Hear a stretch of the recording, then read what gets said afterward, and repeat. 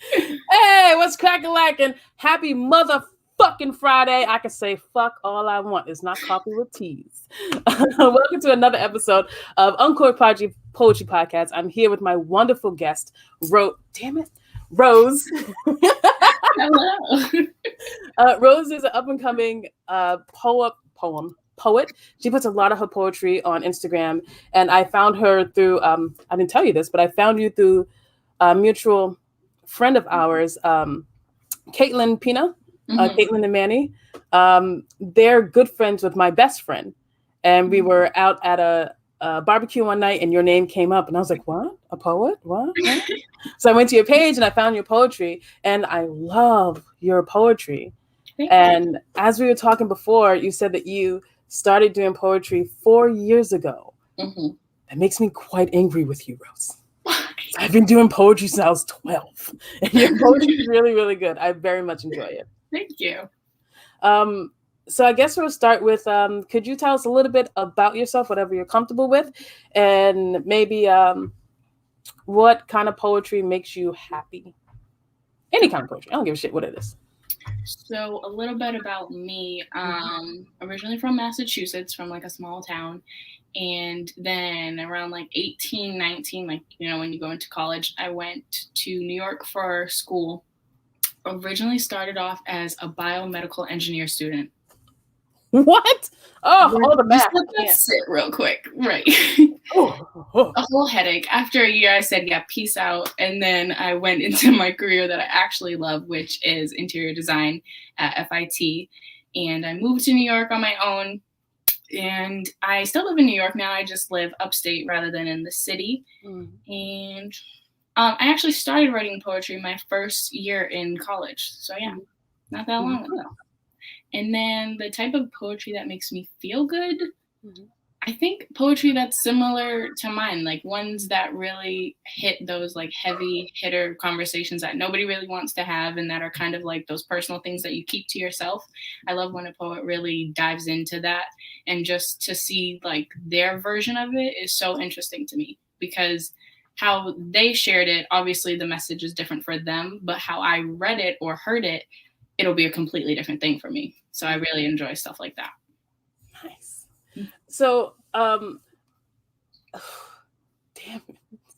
4 years, that's it. Bioengineering, that's fun.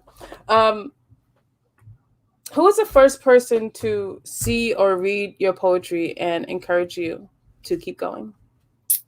First person. Well, actually, how I got introduced to poetry was it was a mutual friend of a friend, and he wrote poetry, and he had recited one of his poems to me. Fell in love with it. It was about like suicide prevention or something like that, and I was just like praising him, and then he's like, "You should try it," and I was like, "Excuse me." I was like, "What do you mean?" And he was like, "Yeah, just like write a poem and like just recite it to me like when you're ready."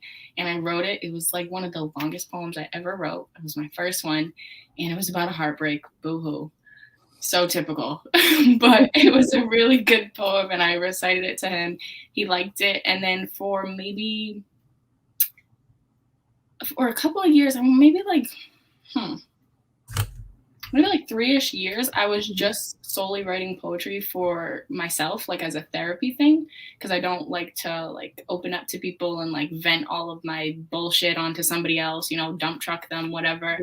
So I just started writing poetry as a way for me to get all of that shit out of there, and then I could read it back and be like, wow, who even is this girl who wrote this, and like just see the growth within myself from my work. And then I had one friend in particular who I used to like recite poems to him. And he had like a love-hate relationship with my poetry, because even some of the ones I haven't shared, they're very deep and they go into like my mental health journey and all of that. And he would be like, wow, it's so good, but like, why did you have to write that? And he would feel so sad about it. I'm like, no, it's fine. Like I wrote it so that I could get over that time. Like now I can say it to other people because I've overcome it. So yeah, just maybe like 2 friends that I used to like recite my poetry, they just kept telling me like, just post it, like just fuck it, just do it, and whatever happens kind of happens. And I just one day didn't tell anybody about it and just made an Instagram for it, and then I just posted it on like my main page, and then to my surprise, people started following it. So I was like, I'll do this, I guess. Wow. You were surprised that people started following you or your poetry? For sure. Because like, oh, look at Destyni talking about her feelings. You know what I mean? I didn't expect any of my friends to like really be on board with it. And even more so, I was shocked at the people who I had just been mutuals with through Instagram. They were following my poetry and like DMing me about it and like saying how much they liked it. And I was just like, I've never met you and you're just so supportive. And it was just so foreign to me, I guess. I don't know why. I was just like, wow, people actually support it. And like people who I did not consider close at all would tell me how much like a poem like shifted something for them. And I was like, wow, this is crazy. Yes, there's nothing like that feeling. Like when someone comes up to you after a show or after reading, like, that poem really hit me, like that. I think it brings to light the responsibility that poets have. How do you feel that responsibility of not just sharing what you're going through, but being careful not to be, I guess, too callous with your words? Or do you think about that at all? For sure, especially because I post mine on Instagram, like I have younger siblings, like they could just go on there and look at it, and I don't want them to think because of a certain word I chose that I'm that person, you know what I mean? So I always kind of try and take a more poetic way of saying things. Like I'm not going to say something that's very like dark, just flat out the way it is. I'd rather like cover it up with a little bit of like fluff, so that way it's not like too harsh. But I still think with my poems I achieved that, like that feeling that, you know, this came from like my heart and like this is like real emotion. Okay, so you're not stifling what you truly feel, but you're also taking a realistic and I guess responsible look at your work before you post it. Right. That's important. Because there's even poems that like I've written so long ago, but because of what I was going through at that time, that poem reflects it. I don't share it because I'm like, this is too much. This is a me poem kind of thing, you know? Ooh, this is a me poem. I like that. Like, this is for me. Yes, this is for me. I like that. We're talking about mental health because you talk a lot about mental health in your poetry. Mental health has been a widely discussed topic in the past, I'd say 5 to 6 years, something like that. Before that, it wasn't taken as serious as it should be. Have you found that in the past couple of years, speaking about mental health has helped you and the people around you, or is it more the same? You know, have things changed for you in relation to speaking about mental health? I think it's kind of like a double-edged sword because on one hand, like when I first opened up to one of my close friends about my mental health, like I saw something within him change, like when he looked at me, and it's like, okay, I feel good that I just let that out, but also I don't want you to feel like I'm your like little pity party, you know? I don't need any of that. I don't need you to feel sorry for me or anything like that. And then on the other end of the sword, it's like with friends and family, kind of on the two sides. Family, it'll never be a conversation in my household, at least. Like it'll never be a thing that's just, it'll always be to my family just like, you'll get over it, you know, like put a Band-Aid on it. But I feel like that's very common in the Black community. Like, sure, the fuck is. You tell your auntie that you have anxiety, you know what I mean? Like she's gonna be like, okay, go drink a ginger ale and sit down. Like no, that's not what's going on. So it's kind of like a toss-up. It depends who you're talking to and like what generation they are. So yeah. Ooh, nice. Yeah, it definitely depends on who you're talking to and the generation, because my mom is just starting to come around to you know, talking about mental health and stuff like that. But you know, a couple years ago, no, you're fine. Just go take a nap. Like, right. I don't need a nap, damn it. I'm not okay. Nap's not going to fix that. To somebody. Yes. Speaking of that, can we go into your first poem? And then I have a very invasive question for you. Sounds like fun. Okay. So my first one is called Disconnected, and this one I wrote around like the whole Black Lives Matter protests were all going on during lockdown. Mm-hmm. So that's just to give a little bit of context, but we can get into it. I feel disconnected from myself, this earth, and everything in it. Some will say I'm crazy, but their perception will never be mine. For I see myself as something powerfully divine. So go on with your chitter chatter, put an end to all that meaningless jibber jabber, and maybe then you'll be blessed. So you can finally tend to your mess. Meanwhile, I'll continue to pick up mine because no economy, no social contract, and for damn sure, no opinion will get in my way.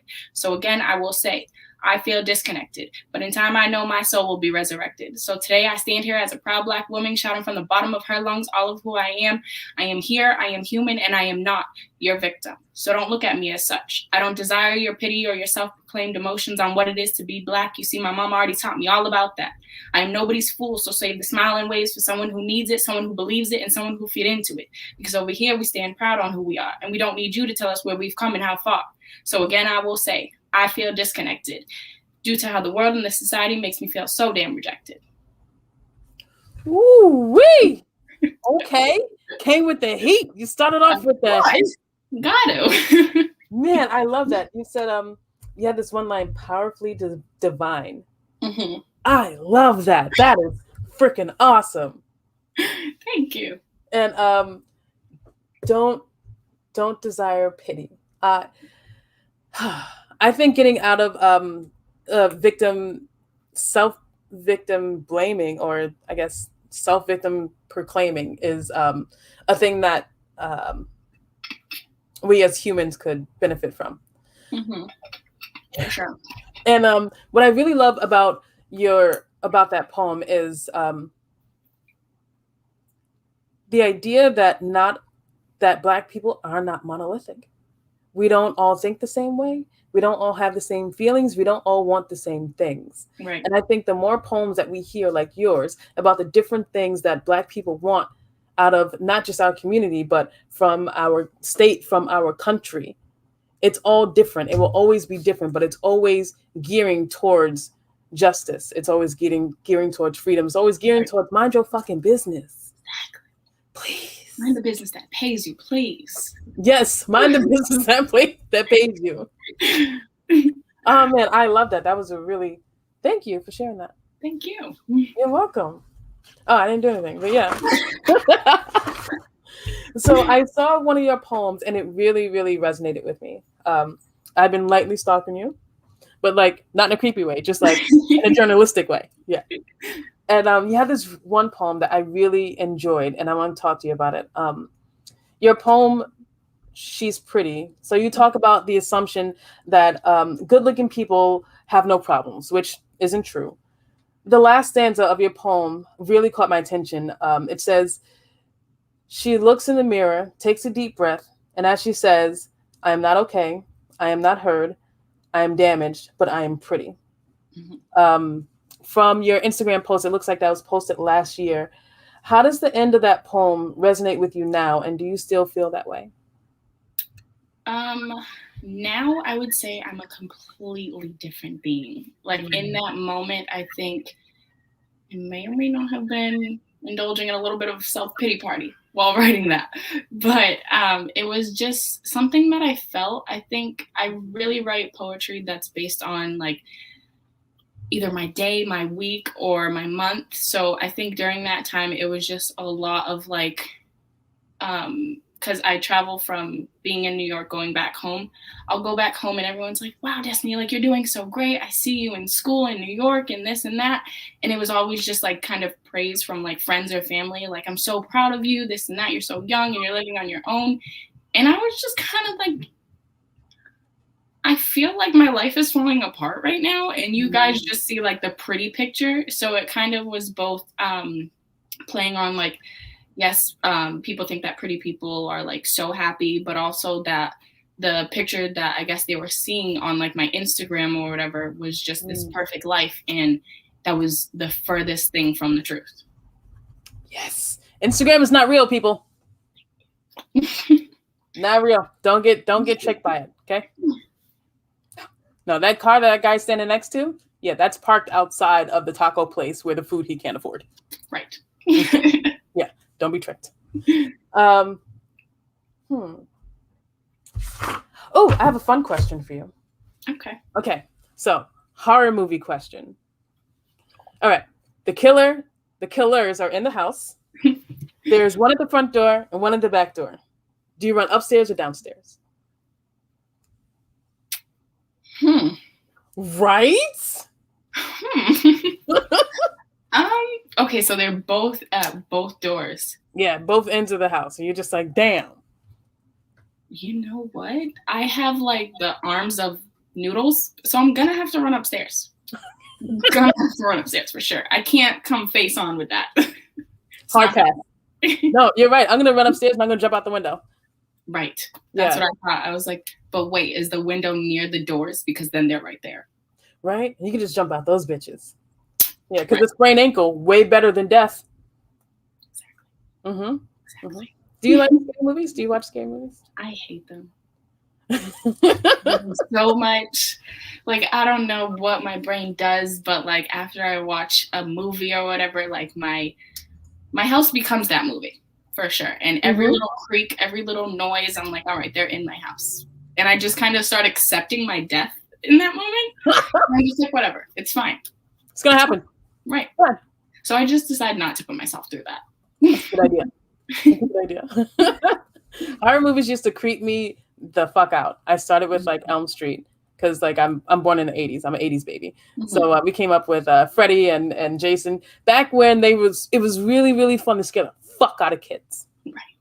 Yeah, I still can't watch Freddy Krueger to this day. I'm 37. No? The idea of a murderer in my sleep. Fuck all that. I don't ever want to see that shit again. I think that's one I can like. It's palatable. I could do it. Right. But the clown? No. Oh, clowns creep me the fuck out. We're not doing it. Like, no. No, it's the smile, man. I don't like it. No one's that happy. Voice, like, what is going on? Yeah. Wasn't there like a killer clown? You know what? I don't want to go into it. I scared myself. Yeah, we got a little bit of time. Another question. Hot air balloon, yes or no? Yes. Yes. Why yes? Because it's kind of like flying, but like you can see everything and you can like put your hand out the window. Well, window. Yeah. You can put your hand out and I feel like it would be a great view for sure. I like it. Would you skydive? I want to in theory. Right. But when the time came, I don't know if I'd actually jump out of the plane. Really? I might just tell them to leave me right here. Right? No, we live together now in this plane. This is, right. I'm going to live here forever. I get that. I'm the other way. I would never go on a hot air balloon. It scares the absolute crap. Really? Yeah. But I would definitely jump out of a plane. I don't know. Yeah. I would definitely skydive. Hot air balloon? Not at all. Absolutely not. It doesn't scare you that like the parachutes are not gonna work? I don't think far ahead. I'm not a big planner. That's that will definitely be my demise. That's my problem. I think too far ahead. It's a good thing. Like those are people who live at the end of this like scary movie. Like, let's run upstairs and there's some jackass just like, we can make it past the fucking guy. I'm not jackass. We can make it past them guys. Let's just rush them. Like people are gonna die for no reason. All right. Can we go into another poem and then I would like to show everyone the wine bottle I got for you. Sure. Okay, so this next one actually we got a little bit of an exclusive. I wrote this not that long ago, maybe like a week or two ago. Ooh. And I haven't posted it on my page yet, but I really liked it. So I was like, oh, definitely want to share this one. Exclusive. I'm trying to be like DJ Clue. Right. Better. I have lost count of the time someone has told me things will get better. It was so many that I began to believe it. I had forgot that even if it did get better, it wouldn't last forever because nothing does, not good nor bad. Now, of course, that is with the exception of racism, sexism, homophobia, and all the other things that question my existence. But that doesn't matter because it'll get better, y'all. It'll get better if you move back to your country, if you change your hair, if you place yourself back into the closet just for a second. I promise it'll get better. Now that's a bunch of bullshit. Why can't they just admit that sorrows are meant to be felt, that goodbyes are sometimes forever, and that identity in this society isn't really your own? Now they can't admit that because that would single-handedly annihilate Disney's legacy of a fairy tale. There would be no once upon a time and certainly no happily ever after. Instead, they tell you it'll get better or that, ooh, child, things are gonna get easier. And even though my favorite song is Keep Your Head Up, I will never be okay with the phrase. It is too contradicting and lacks the cold hard truth that although things will get better, they will fall apart again. But don't nobody want to hear that. Shit, I don't even want to hear that. So some days I give in to the bullshit. I look myself in the mirror and say it'll get better. If I get out of bed early, if I work out, if I get a new tattoo, I'll feel better. And then all those moments of gratification start to disintegrate. The cover-up starts showing the original picture, and the only feeling that persisted was the one that made me feel like things weren't going to get better in the first place. But that doesn't matter because it will get better, y'all. Only this time when I say it, I mean it. Because mental illness is not a hoax. It is your mind robbing you of the things that are joyful. It is not being able to trust your own thought process. It is a constant back and forth between heaven and hell, but it will get better. Those clouds will clear, that feeling will soon fade, and your mind will find peace, but only if you let it. So please, don't cry, dry your eyes, never let up, forgive, but don't forget, girl, keep your head up. Oh, shit. Listen. Wow. First of all, I love that poem. Thank you. Love that poem. Bringing in the 90s, love me some Tupac. Great fucking song. I love that you ended there. I love the dichotomy of hearing what's wrong with the song and then fucking with it anyway. Like, I love that. And you had this other line. I had to, okay. Sorrows are meant to be felt. Right. Damn. That line alone hits so fucking hard. Because when we feel sorrows as, people, we want it to go away as soon as fucking possible. Exactly. We don't dissect shit as much as we should. Right. That line, that's a great fucking line. Thank you. And sometimes goodbyes are forever. Mm-hmm. Yo, you need to trademark that shit tonight. Okay? Trademark that shit tonight. That is beautiful because they are, and that's the reality of life. Right. Cookie cutter life is not a thing that exists. It's not real. Let it go. Let it go. Give in to the bullshit. I like that. Not being able to trust your thought process as a way to explain mental health. Yes. Yes. Love that. And I feel like this poem is like a young person's definition of not just mental health, but how to get through it. And, the old, I guess I put myself in that category, the older people's idea of how to get through shit, which is just like, it'll get better. Mm-hmm. It'll get better. Mm-hmm. Yeah. Just saying it doesn't fucking do anything. At all. Nothing. Mm-mm. You gotta fucking do something. Right. Gotta do something. That is a great poem. I think you don't have to do whatever the fuck I say, but I think you should publish that. That is a really cool poem. I think it'll help a lot of people. You're welcome. Thank you. Shit. That's fucking great.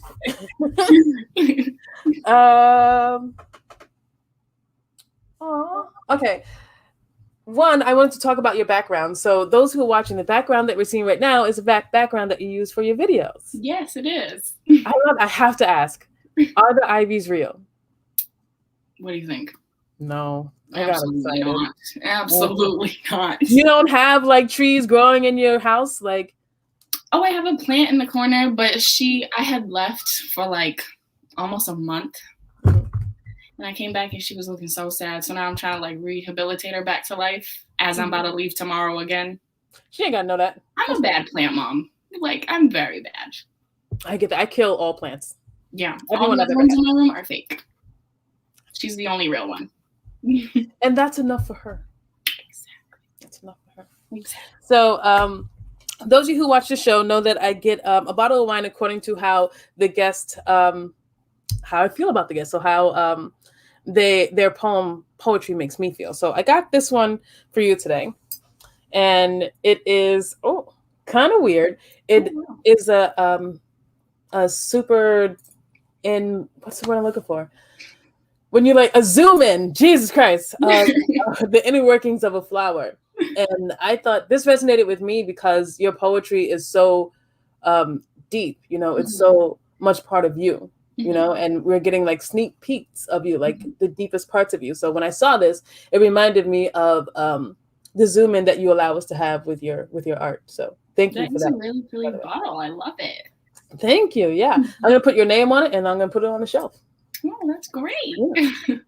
So, yay balls. Next question. Poem feeling. Oh, no, not that one. Ooh. Oh, yeah, that was just dumb. Huh. I would like to know that. What is your writing process? What do you write it in the morning, at night? Do you need like white noise, background noise? How do you sit down and write? So for the most part, I can kind of get an idea of a poem anywhere, grocery shopping, on the train, in bed, just when I wake up or whatever. But when I actually sit down to like write it, I have to like be in like my own space, and it has to just like be quiet so that I can kind of think. But the overall process really just happens like the poem I just read, Better. It was one line that came to me, literally the word better.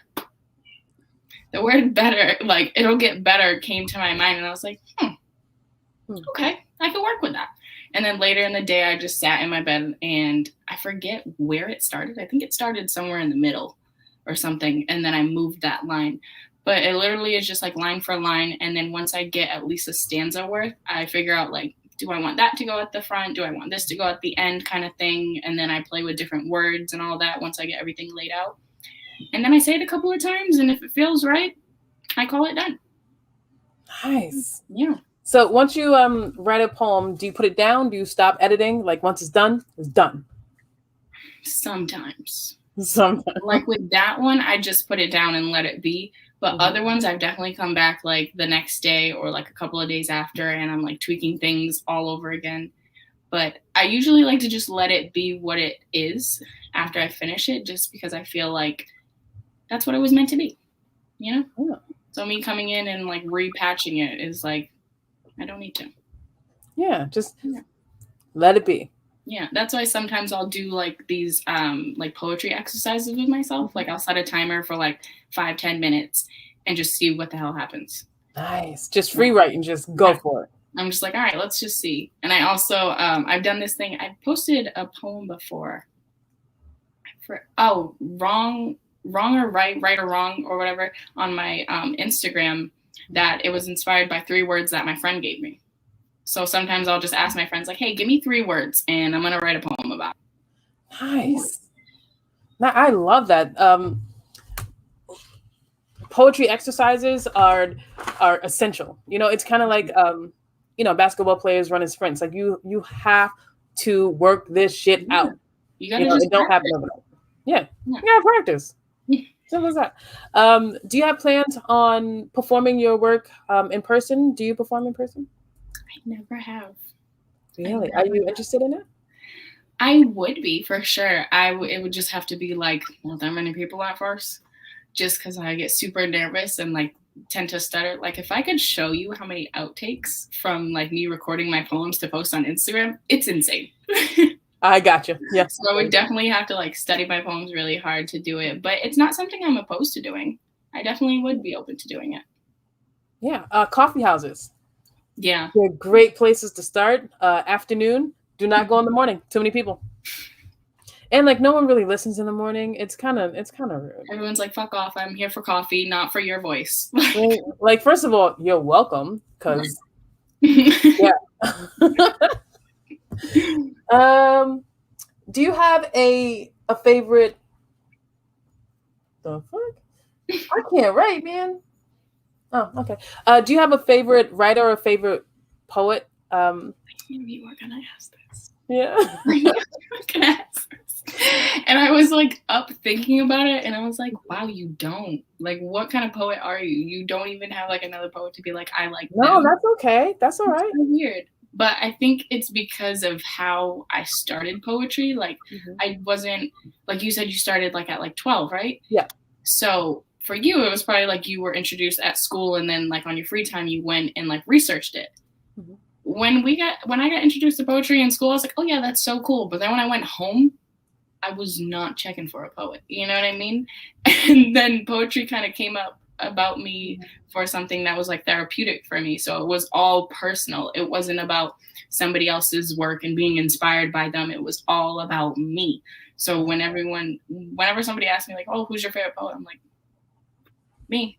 Like, love that. Yes. I'm the one that's helped me get through so many things just from writing. So of course I have to say I'm my favorite poet. Nice. As you should. As you should. Yeah, I feel you on that one. Yeah, I started writing poetry out of spite. My big brother came home and he's like the smart one. I'm the artistic one. And he gets straight A's and everything. Doesn't have to like, it's annoying. It's fucking annoying. Yeah. So he comes home with an A on his paper for writing poetry. And I was like, I want to write poetry too. And he's like, you can't write poetry, you're stupid. And I was like, yeah, I'll right the fuck back. And then I fell in love with it. And it's been what I've been doing since I was 12. But you're right. After I started writing poetry, in school it was around that time that we were learning about poetry. I was like, oh, I do that thing. Like, I want to learn about that thing. You know, Maya Angelou is definitely my favorite poet, but I was introduced to her so young that she's not that she's all that I know, but I research her so much. It's a little creepy. Okay. Okay. Fucking whatever. I don't care. Speaking of crazy love for anyone, are you a fanatic of anyone? Is there anyone that, like, God forbid, if you see them in the streets, it is straight hugging? COVID be damned. They're going to get all this loving. That's a good question. For sure, I got to throw J. Cole in there. For sure. Like, it's like, I just have a love for him as a person that, like, I wouldn't, like, fangirl or anything like that, but I definitely would approach him and be like, I just want to have a conversation with you. Do you have, like, 5 minutes, you know? Like, just because I love the way that his brain works, both, like, with his music, but also in, like, interviews that I've watched with him, I feel like it'd be a great conversation. So for sure, him. Like, I would just be like, hey, look, you want to go get, like, coffee? Let's just sit down real quick, you know? We'll talk about this. Yeah. Oh, my gosh. I love J. Cole. He's an amazing rapper. Like, he's up there with Kendrick. He's not there. I'm one of those people who, like, you know how they say, like, if you like J. Cole, you like Kendrick and vice versa? Don't say it, Rose. Don't fucking say it. God damn it, Rose. I can't subscribe to him. I can't. I just don't. I don't know. It doesn't do it for me. It doesn't do it. I'll listen to all, like, the popular songs, you know, whatever. If it's on, I'm not going to skip it. But is he in my library? No.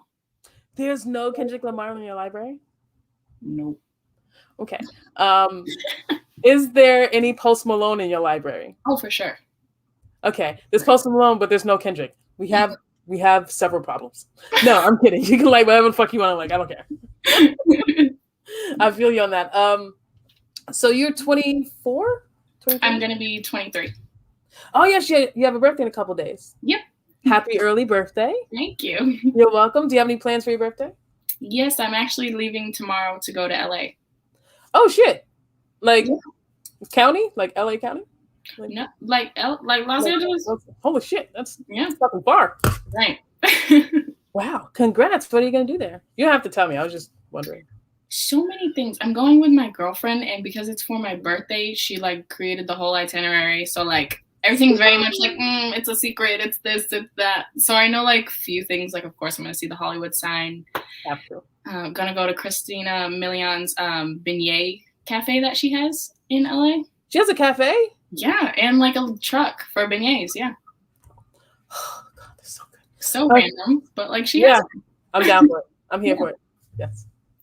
Oh, that is so sweet. You're going to have a blast. I can't wait. I've never been to LA. The furthest west I've been is Jersey.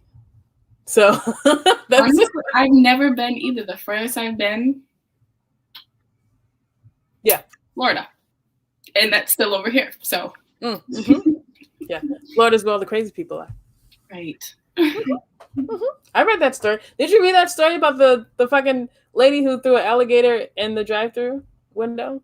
That's a real life, no cartoon. Yeah, Yo, who just drives around with a fucking alligator? Like, how you have an alligator, like, ready? Like, how big of an alligator? Like, I'm talking like a baby alligator, but enough to be like... But, like, big enough, like, why you have that in your car? Like, why? Like, I have so many questions. So weird. Where do you want to take your poetry? Where do you want to take it from here? Honestly, I've never had like a plan with it because it was always something that I was just doing it for my own selfish reasons of therapy to get through whatever I was going through. Mm-hmm. So I've never had like, oh, I want to perform on this stage or that stage and I want to go here and meet this person. Never really had that, but I'm open to like wherever it takes me. Like never did I expect when I made my poetry page that I would be on a podcast about poetry. That was never like in my mind to even, I was just like, I'm just going to come on here and talk about what I want to talk about. Mm-hmm. But yeah. Nice. I mean, isn't that how, you know, the big stories start? You know, you do it because you love it, not for, you know, any of the fame or money. Dear God, I hope you didn't do it for the money. Because it's people don't pay us a lot of money. I'm not sure if you knew that. Yeah. It's not a lot of money in poetry, but we're going to make it, though. We're going to make it. We're going to fucking change that for sure. What keeps you writing? What keeps you making poetry? I know you said that you write poetry for your mental health and for yourself. Mm-hmm. Is that the only reason, or is there like another force that's pushing you towards creating? That's definitely like the main one, because like for whatever reason, life just, that bitch knows how to fight. So she knows how to fight. So for whatever reason, every time she swings, I'm there with my pen.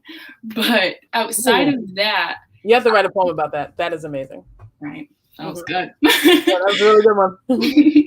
But outside of that, I think now like that I've started sharing it, I love when people tell me that they liked a certain line in my poem or that my poetry like help them see something in a different light. So definitely just writing it for the fact that I don't know who's going to come across this and I don't know who needs to hear it.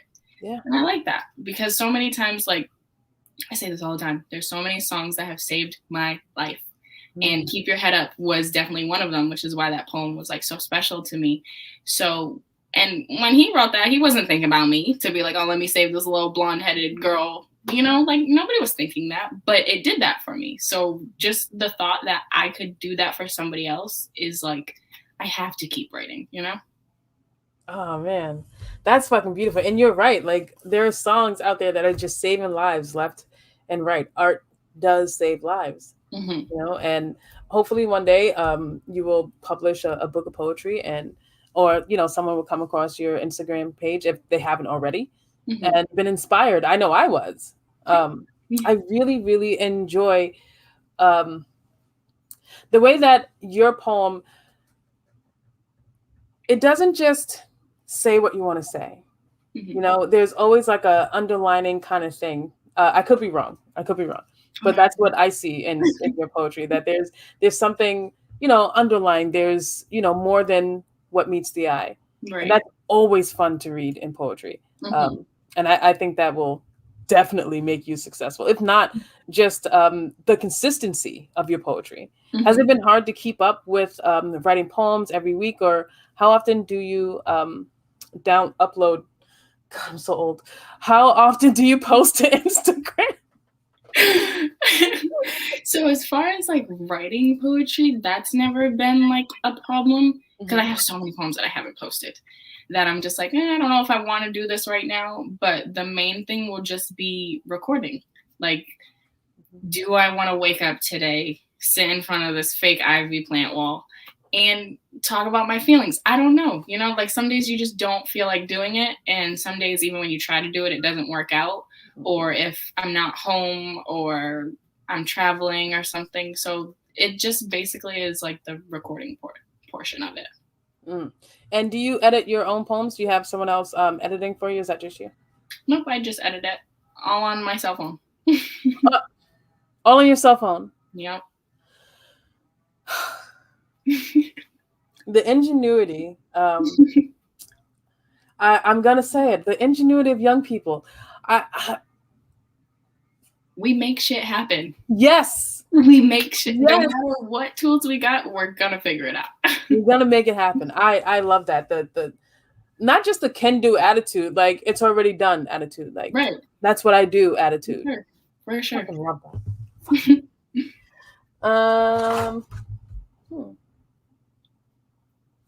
What's your love language? What brings you joy? Like an act or like something that I just do on my free time? Let's go both. What's a love act that brings you joy, and what like love experience has brought you joy? So like an act, not really love, but it feels like it, is cooking for me. Yeah. I love cooking. I've always grew up in a household where we had dinner, like home cooked meals, rather than like you want to go out to eat to this restaurant, which is why like so many of my friends hate being like, where do you want to eat? Because I want to eat my mom's food. Like that's the end point. Like I don't want to go to a restaurant. So definitely cooking, it just brings me back like to memories of cooking with my grandmother in the kitchen or cooking with my mom. So yeah, that feels like love to me. Nice. And then like something I do, maybe like going to the beach, for sure. That's definitely like my happy place, is just being by the beach. Is there something about for me, there's something about the water, sitting in front of the water, watching the waves come in, being hypnotized by it. Are you a person that sits at the beach and just watches the world happen? Or is there another way that you like to experience the ocean? I like back in Massachusetts, I was maybe like a 15-minute walk from like a beach. And there was like a walkway and stuff, and there was like this one like rock ledge. So I used to just go there and sit. And so many times, like that rock ledge has seen me at my highest and my lowest. I have cried there. I have laughed there. So many things. Like whenever something just doesn't sit right with me, or I just need like a pick me up, I go to that rock ledge when I'm back home. And I just sit there and I watch like the waves crashing. I watch the clouds moving, and I sit there until the sun sets. And I like leave just feeling like, okay, like you're okay. You're okay. Like it's going to be fine, Speaking of the sunset, do you remember the first time you watched the sunset and how that made you feel? Not the first time, because I was definitely like one of those babies that like grew up on the beach. Like that was my thing. Going to the Cape and going to the beach. Like that was all the time. You do. Love it. But I think maybe the first time that I watched the sunset and it like meant something for me was probably after my grandmother had passed away. And there was this one beach in the Cape that we always used to go to. It's called Chappaquiddick, but for whatever reason, we grew up calling it Black Beach, probably because we're the only Black people that went there. But and like that whole murder thing, that's fine. Right. But we went there to like let her ashes go. We bought like, because she loved the beach as well, it was like this seashell thing, and you put the ashes inside and then you like swim it out or whatever, and it disintegrates. And that sunset was just like killer for me. Like it was so many things. It was like, obviously I just put my Nana's ashes into the water, but also like this whole new chapter of my life that I realized I was entering in, like with not having her and with like still having her with me, but just not physically. And it was just a whole like combination of things that really just clicked for me, that I was like, okay, the beach, like this is where I'm going to go every time I need to like recenter myself. Like this is it. That's important to know. Like it's important to know where you need to go to unpack. Yeah. That's a thing that a lot of people have to learn, and sometimes they don't. And, that's where a lot of crises come from. But it's important to know that about yourself. Have you ever had a poem? So you said that sometimes poems hit you wherever the fuck you are, right? You ever had a poem just come out of nowhere and you're like rummaging around to find like a pen and a pencil, like a crazy person? That happens to me sometimes at night. Does that happen to you, and where? The weirdest place it ever happened, in the shower.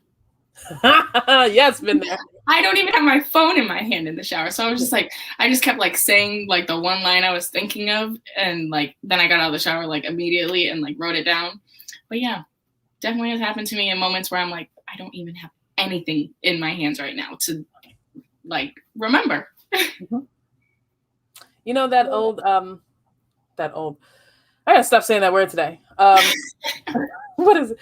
Jay-Z, one of his many talents is he doesn't have to write anything down, which I'm fucking jealous. Right. Yeah. Like He's lying. he doesn't write his albums.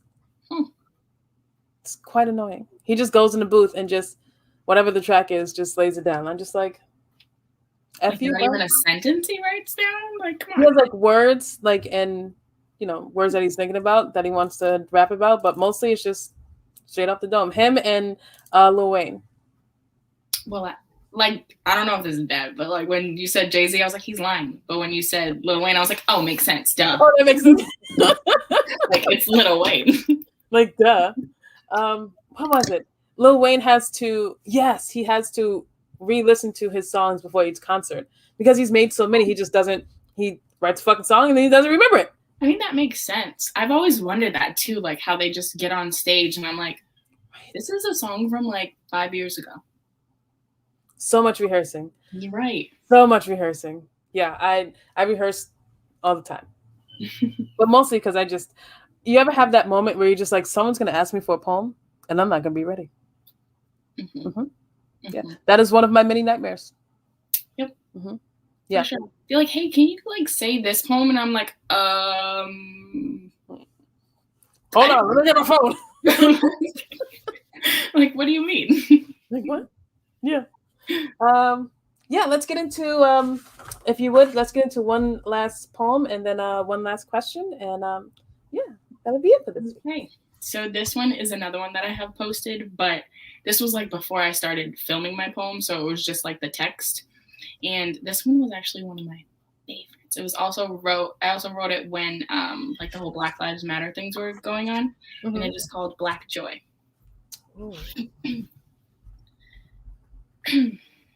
Ain't nothing on this earth like it. To see them pearly whites contrasted by that velvet-like skin, to feel the pain in your gut from uncontrolled laughter, to listen to the beautiful melodies of black souls, to smell the shea butter lathered upon your skin, and to taste the different flavors of your country. All done in a society that was built against you. Yet here you are still shining. I see you persevering and I want to see you win. Yes, I saw you fall, but I saw you get right back up after. For Black joy is so powerful, and to let the dimming of one's light to hinder your own will be foolish. So rise up, my beautiful Black kings and queens. Let that joy flow effortlessly while they wish upon your failure. I promise every time you win, they are bothered. So keep it up and reclaim what was stolen from you. Reclaim what was stolen from our ancestors. Black joy is our armor, for it kills them to see you shine when they work so hard to break you down. Oh, Black joy, how I love you, how I relish in your presence, and how I continue to display it no matter the circumstance. Black joy, ain't nothing on this earth like it. Goddamn right. You goddamn right. Yes. Yes. Yes. So you have this one line, beautiful medleys of black skin. I love that.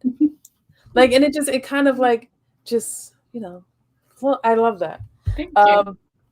Still shining all the time. All the fucking time. Right. All the fucking time. Always. Put that out there. I love this. Yes, I saw you fall and I saw you rise right after. That alone I feel like is the Black story. For sure. We just keep getting right the fuck back up. Right. So many times you get knocked down, but like, what are you gonna do? Get knocked down and just be done? Nah. So they can say that they did that? No, you gotta get back up and reclaim what the hell they just try to take from you. Damn right. Every time you win, they bothered. Yes, they are.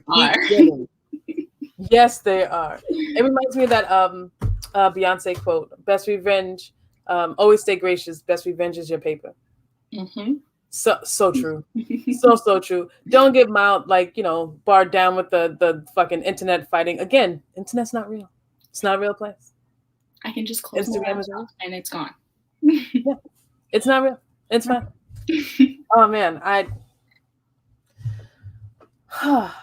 So I have like a series of questions I want to ask you, but I'm just trying to figure out which one I want to ask you first. Growing up, were you taught about the importance of Black history and Black culture? I don't think I was enough. Mm-hmm. Because like my background is Cape Verdean, which is like an island off the coast of Africa. Nobody ever knows what the hell it is. But I it's got your LA basically Cape Verdean friends. I got you. right. It's a little island, you know. But my mom was born in America. My grandmother was born in America. And I think her parents might have been born there, but I never met them. Mm-hmm. So I don't even know the language, you know. I know the food. Definitely know the food. But outside of the food, I wasn't really close with like anything else. Like I can't even, if someone was like, oh, what's a great Cape Verdean artist? I don't know. And I feel like I definitely wish that I was in an environment that was more like supportive of learning about my culture and just the Black culture of in and of itself. And yeah, I don't know. And then when I moved to New York, I actually was just like, I was meeting all different walks of life. And I was just like, wow, look at all these people knowing where the fuck they came from. And here I am, American. I was so ashamed, like so ashamed. It was so bad. I feel you on that. I asked that because there's a strong, feeling of not just Black love, but Black responsibility in your poetry, which I find I could be wrong. But I find it refreshing, and someone as young as you are, someone at 23, 22, about to be 23. How did you become so in tune with your culture? Is it something that from the Black Lives Matter movement? Was it something at home? Was it friends? How did you get to be so affluent with your culture? I think what started it, definitely, like growing up, I was always like, I'm fair skinned, so like a lot of people confuse me to be Spanish. And in the town that I lived in, there were a lot of Spanish people, so a lot of people were like, oh, you're Dominican, and I'm like, huh? So just like that constant thing of being like, oh, is she Hispanic? And it's like, oh, you're not Black enough, or you're not this enough. And like I never fit into a box when it came to culture.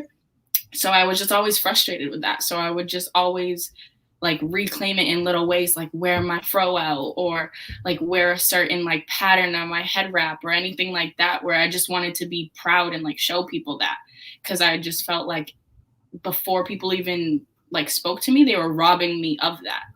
And then definitely with the Black Lives Matter protests, like I know a lot of people don't like watching the videos of like the police brutality moments, but for me, I liked to watch it because, well, not like I enjoyed it, but I felt like I had to. I felt like it was like a responsibility of mine, because I've thankfully never had anything like that hit me like super close to home, like any of my loved ones.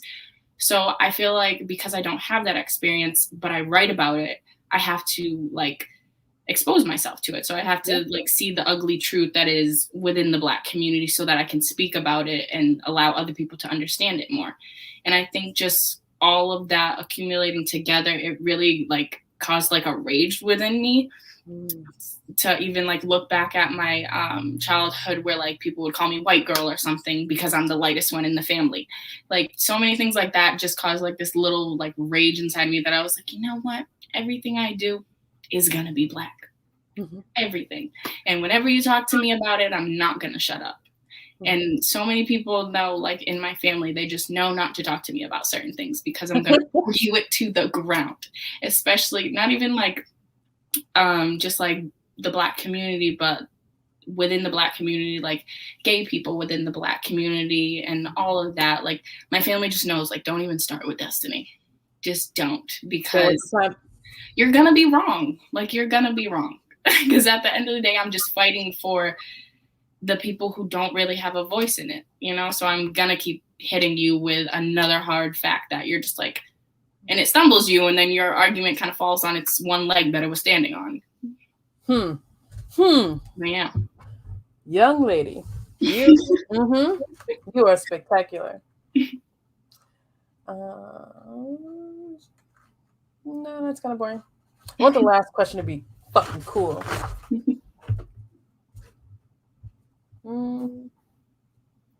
That's not fucking cool. Let's see. All right. I'm going to ask you a question on my dome pieces. Oh, hey. Hi, Sunny. Did I just wave at you? I'm not even sure you can see me. Hi, Sunny. Holding people accountable. Love it.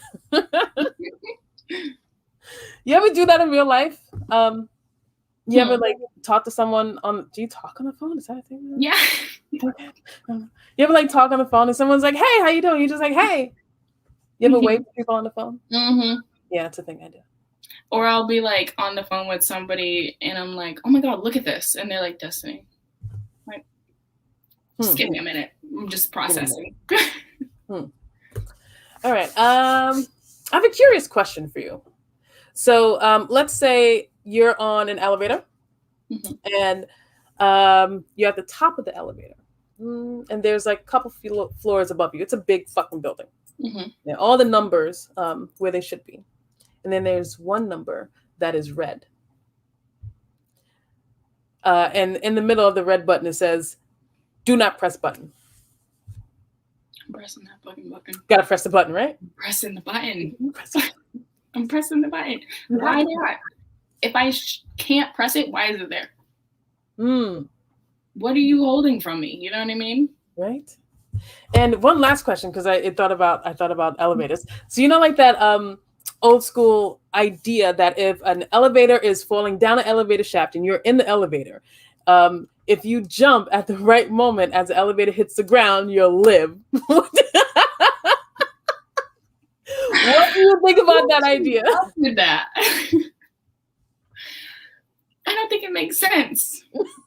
I don't think it makes sense. I feel like the impact, like something's gonna happen where, okay, you jumped, but gravity's gonna bring you right back down. You know what I mean? So I don't know. How do you know like when to jump? And how are you supposed to know when to? Yeah, like how do you know like when to jump? Like, how do you know the right moment? See, and that's why I take stairs. I'm kidding. I don't take the stairs. Escalators? I love escalators. To this day, a friend of mine is kind of scared of escalators, and it is my favorite fucking thing to watch her get on one. Oh God, it's so awful.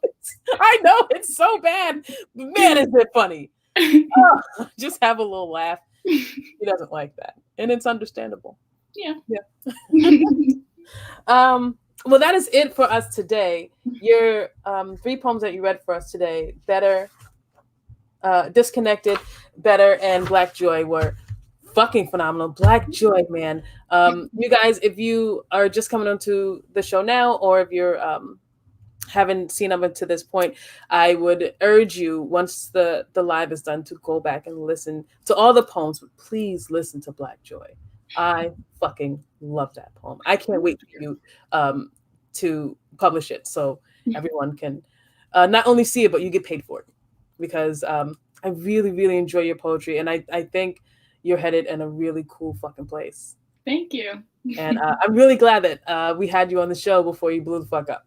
Right. Thank you to Caitlin, for sure. She did it. Thank you, Caitlin. Appreciate it. All right, folks. That is it for us today. Make sure you follow Rose. I'm going to throw her poetry page in the... Oh, look at that. I know how to do the things with the computer. I'm so proud. What? What? So proud of me. So make sure you check out her page. That is in the chat. Follow her on the socials, and please interact with her and read her poetry. It is so fucking beautiful. Thank you so much, Rose, for being here with us today. Thank you so much for having me. Yay. All right, folks, that's it for us this week. Remember, hurt people, so keep an eye on your pain. Stay safe, Godspeed, and we'll see you next week. Deuces. And as always, go Yankees.